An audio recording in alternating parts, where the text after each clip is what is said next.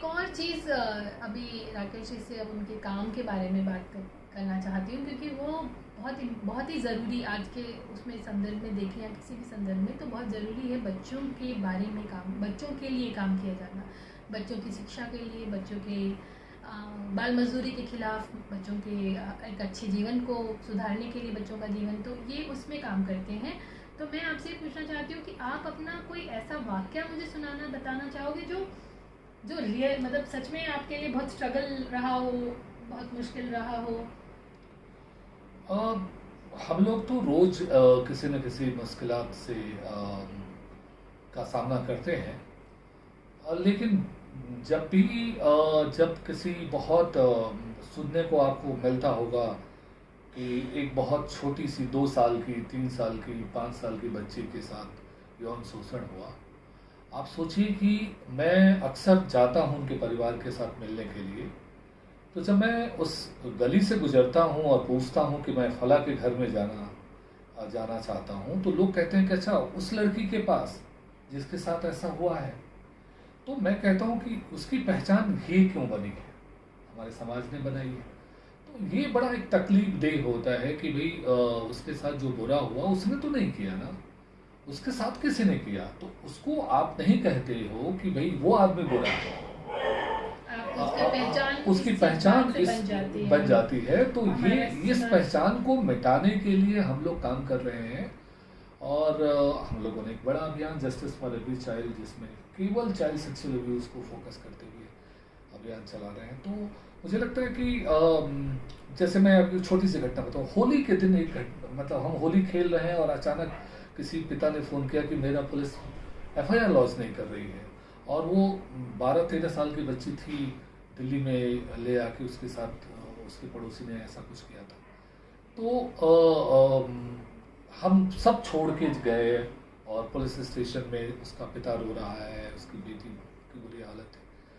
तो वो जो दिन है, और आज वो बेटी स्कूल जा रही है और पढ़ रही है, उसका मेडिकल ट्रीटमेंट से लेके सारी चीज़ें हम लोगों ने कराई। तो एक सुकून भी मिलता है कि चलो उसके साथ जो हुआ वो बहुत बुरा हुआ, पर हम उसके लिए कुछ कर पा रहे हैं। हम उसके लिए कुछ कर पा रहे हैं। पर मैंने एक और चीज़ मुझे याद है कि आपसे कई बार सुना है, जैसे जब आप लोग जाते हैं कहीं इस तरीके के इसके लिए, तो आप लोगों पर भी कई बार अटैक हुए हैं। बहुत बार अक्सर होता है। मुंबई में भी हुआ। हम लोग कुछ इलाके में रेस्क्यू कर रहे थे, वहाँ पे भी लोग आ गए, और हमारे और साथियों पे हमारे कई साथी शहीद भी हुए हमारे बचपन बचाओ आंदोलन के। तो लेकिन ये मुझे लगता है कि कई बार लोग कहते हैं कि और ये होता है कि थ्रेट मिलता है, चीज़ें होती हैं, लेकिन मैं कहता हूँ कि ईश्वर ने हमें इस बात के लिए बनाया है कि चाहे जो कुछ भी हो जाए, हम डटे रहेंगे और हम जिंदा भी रहेंगे। तो ये चीज़ जो है वो हिम्मत देती है, क्योंकि जब बच्चे आज़ाद हो जाते हैं और फिर वो हमसे बात करते हैं, तब समझ में आता है कि सुकून मिलता है। ये तो स्ट्रगल की बात हुई जो आप आप जहाँ काम कर रहे हैं, और as a team, as a organisation आप लोग। पर मैं आपके पर्सनल स्ट्रगल को भी मैंने, क्योंकि 22 साल से हम दोस्त हैं, तो मैंने देखा है, मतलब राकेश जी ने जो मेहनत करी है काम को लेकर के, दौड़ना धूप में दिन भर बाइक पर यहाँ से वहाँ, और तमाम तरीके की कहानियाँ, तो उसको उस स्ट्रगल में से आपको आज अपनी पर्सनालिटी, अपनी जो आपका मुकाम है, उसमें आपको लगता है कि वो स्ट्रगल किस तरीके से आप देखते हो, कि बहुत ज़्यादा था, या आपको लगता है कि नहीं? शुरू के दौर में अक्सर मुश्किलें आती हैं और बहुत मुश्किल होता है। मतलब आप सोचिए कि जिस समय हम दिल्ली में आए थे और मैं अनजान सा था, मुझे एक संगठन मिला, मैं उनके साथ जुड़ा, सत्यार्थी जी के साथ। और लेकिन जब हम काम करते थे तो हम आज उस समय 10-12 लोग होते थे, सब काम खुद करते थे।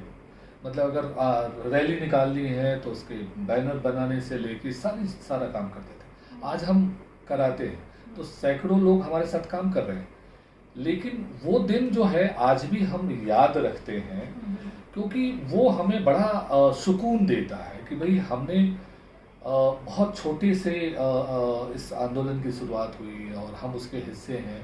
तो मेरे लिए बड़ा गर्व की बात है। और सबसे ज़्यादा जो इम्पोर्टेंट समय था मेरे लिए वो ये था कि जब 2014 में नोबेल पीस प्राइज मिला तो भारत के लिए गर्व था, लेकिन हम सबके लिए बड़ी गर्व की बात थी कि हम किसके साथ काम कर रहे हैं। तो ये एक अच्छी बात, और हमारा जुड़ना और हमारा अपना जो हम स्ट्रगल था वो उसका हिस्सा था ना, कि भाई हमने स्ट्रगल किया, हमारे लोग, हजारों लोगों ने स्ट्रगल किया उनके साथ, वो लीडर तो हैं लेकिन उनके साथ स्ट्रगल किया, और उसकी वजह से ये एक बड़ा सम्मान दुनिया में भारत को मिला। तो ये अच्छी बात है, उससे सुकून मिला।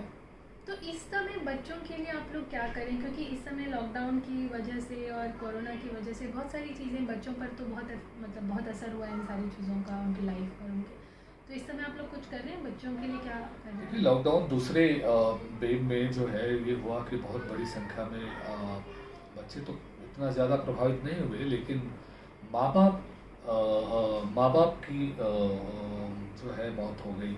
तो हम लोगों ने पूरा कोविड सपोर्ट सेंटर डेवलप किया, और उस कोविड सपोर्ट सेंटर में 24 घंटे हेल्पलाइन थी, और उस हेल्पलाइन पे हमारे पास अभी तक 600 से ज़्यादा कॉल्स आ चुकी है, जिसमें से 100 से ज़्यादा ऐसी कॉल्स हैं जिसमें किसी का एक माँ बाप में से कोई गुजर चुका है या दोनों माँ बाप गुजर चुके हैं। तो हमारे संगठन ने ये निर्णय लिया कि हम लोग जो है एंटरिंग, अगर अभी बच्चों को खाने की ज़रूरत है, उसको शेल्टर की ज़रूरत है, तो हम लोगों ने निश्चित किया कि अगर हमारा बाल आश्रम में अगर बच्चा रहना चाहता है तो हर जगह रहने के लिए हम तैयार हैं। लेकिन अगर आने वाले समय में अगर उस बच्चे की पढ़ाई, उसके आगे भविष्य के लिए भी अगर कुछ करना पड़ेगा तो संगठन करेगा। एक और चीज़ मुझे मालूम है, जो कई बार हमारी बात हुई है कि आप लोग जब एज अ ऑर्गेनाइजेशन, कई बार आप लोगों ने कॉन्स्टिट्यूशन में भी कई सारे बच्चों के लिए कई सारी चीज़ों की मांग रखी है, तो उनमें से कभी कोई चीज़ें पूरी हुई हैं, कोई मांग, या हाँ, मतलब क्योंकि पार्लियामेंट तक आवाज़ उठाना एकदम 1986 में बाल मजदूरी का पहला कानून जो है वो बना। मैं तो उस समय नहीं आया था संगठन में, लेकिन 2001 में हम लोगों ने शिक्षा यात्रा की, आपको याद होगा वो शिक्षा यात्रा में आप देखा था आपने। तो वो 2001 में शिक्षा यात्रा, और इसके बाद जो है वो शिक्षा का मौलिक अधिकार कानून बना। तो एक बहुत बड़ी चीज़ हुई, हजारों करोड़ों बच्चों को स्कूल में दाखिला मिला और उनकी ज़िंदगी बदली। तो एक बड़ा वो था। इसके बाद बाल मजदूरी का कानून कमज़ोर था, तो उसमें एक बड़ा बदलाव हुआ। अभी ट्रैफिकिंग का कानून की लड़ाई सुप्रीम कोर्ट से लेके और सब जगह हम लोग लड़ रहे हैं, और उसकी लड़ाई चल रही है।